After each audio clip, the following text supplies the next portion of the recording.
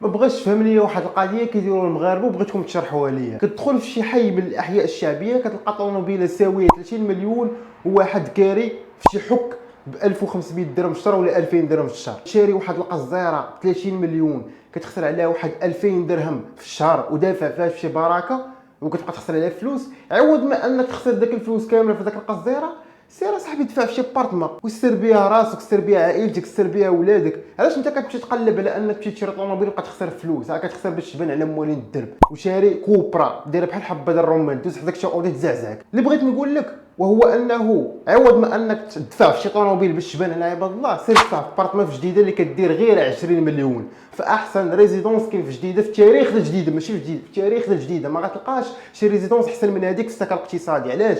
لاننا عندنا شي حوايج كتلقاهم غير في المويان ستوندينغ، لا في الفينيسيون لا في الكابس. فكتب موقع في احد ارقام هذا الواتساب